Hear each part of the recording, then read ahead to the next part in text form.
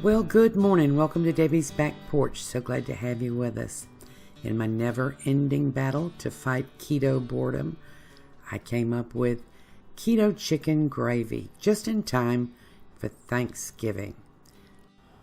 Now, if I could just come up with keto stuffing for the turkey, I'm going to work on that. Before I show you how to make this gravy, just a reminder, give us a thumbs up if you like the video, subscribe, and click on the little bell for notifications when I post new videos. And hey, I've got some scrumptious keto desserts coming up, so you're going to want to see those. Now let's get cooking. So ingredients. Now I have a couple of products here you may not be familiar with. I use them pretty often. This is CarbQuick. It is a flour substitute. And this is Glucomannen. And this is the fiber that's used to make shirataki noodles. It has no food value, no calories, no carbs, no taste. It's just a thickener. And I have a half teaspoonful of that.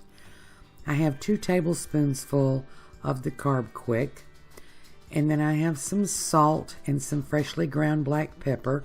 That's about a half teaspoon of salt. And then I have some turmeric, and you really want to use that. Then I've got some thyme and a little bit of rubbed sage that I dried from my garden. Then I'm going to have 1 cup of chicken broth, and then I'm going to have a 1/4 cup of heavy cream. And I'll list all this in the info section, and I'll give you the carb count there. So I'm cooking for 1 tonight, and I'll just show you I didn't bake a hen. This is a boneless, skinless chicken thigh that I have pan-seared, just a little salt and garlic powder. And then this is caramelized onions with sweet peas. This is a 1/2 cup of sweet peas and a 1/2 of an onion. That's pretty low carb count. And I'm just going to take this up and leave the drippings in the pan. And I didn't mention butter in the info section because I didn't know how much until I finished cooking. But you want a total of 2 tablespoons full of fat, what's left from the chicken, and make that up with butter. I've added the CarbQuick, 2 tablespoons full. So I have 2 tablespoons full of fat, which you could use chicken fat if you have some of that left from making broth. And I'm going to brown this just a little. Now this is very similar to making regular gravy. The timing is a little different. If I were using regular flour, I would cook this long enough for it to get a nice brown on it and to cook the pasty flavor out. You don't have to cook it that long here. You just want to dissolve it and it'll get a little bit of browning to it. There was my spices, the turmeric, the thyme, and the sage. Now, you know, those are for your taste except for the turmeric, and that's where your color comes from. So you don't really want to skip that. Now I'm going to just let that cook for about, well, I don't know, maybe 20 seconds. And then I'll tell you while it's cooking. Cooking with Glucomannen takes a little practice. It's a really good thickener, but it brings no flavor and it brings no color. It's pretty much, if you dissolve it in water, it's transparent. And if you use too much of it, it can take on a kind of a slick gelatin feel, mouth feel.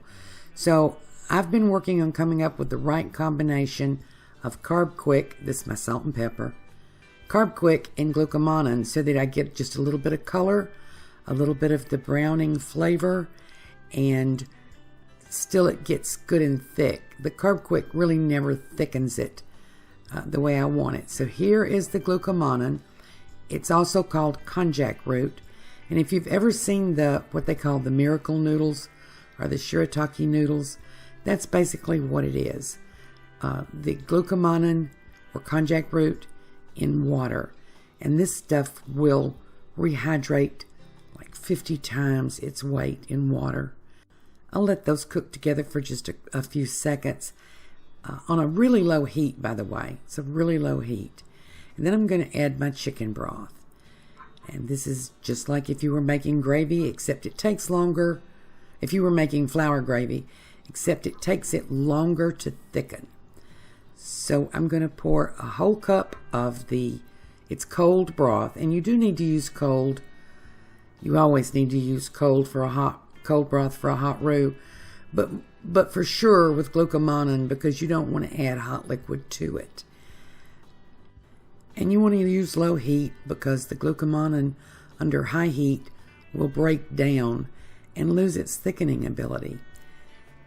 So I'll just let this simmer for a little bit, and then I'm going to add the cream. This is a 1/4 cup heavy whipping cream, but you can use half and half, or you can use whole milk. I would not use 2% or skim milk because you want to add some body to this. And whole milk is fine, but anything less than that and it's kind of watery, you lose some of the flavor. And let me apologize, you may hear some dogs barking out in the yard. It's getting dark and they have to go out and tell the world it's time to go to bed. So just going to stir, and I'm keeping it on low heat, and it's going to take it a couple minutes to rehydrate. So I went away for exactly 60 seconds, and I'm going to taste this for salt, and for anything else. If you want to add something else, you can. But it's very flavorful. It has plenty of salt. Tastes like chicken gravy. The salt's going to depend on, is this broth that you captured from cooking your turkey, and did you salt your turkey, or did you use salted broth? You just really have to go by flavor. So it's still not quite as thick as I want it, and I'll show you that in just a second. Looking for my stirring spoon.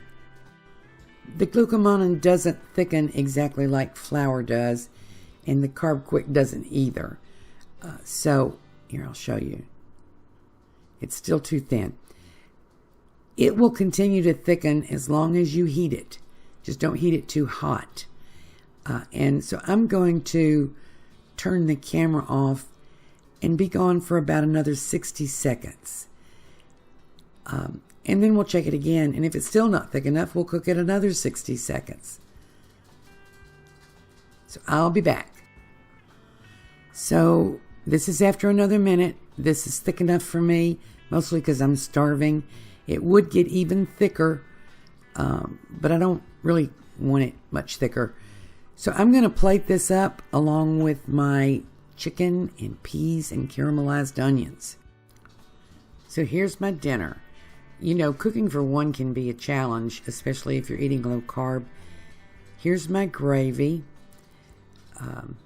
This is something that I do fairly often because I don't want to be eating junk food. And no, I'm not going to eat all this gravy tonight. This is several nights worth. It refrigerates well. I have not tried to freeze it. I don't know yet how it would freeze, but I'm going to try that to make a dinner ahead and put the gravy on it. But I'm going to put a good little portion on there. I have figured the portion here as a 1/4 cup, and I'll give you the carbs on that. But you know, the whole pan had about 4 grams of carbs, so if you want a 1/2 cup, go for it.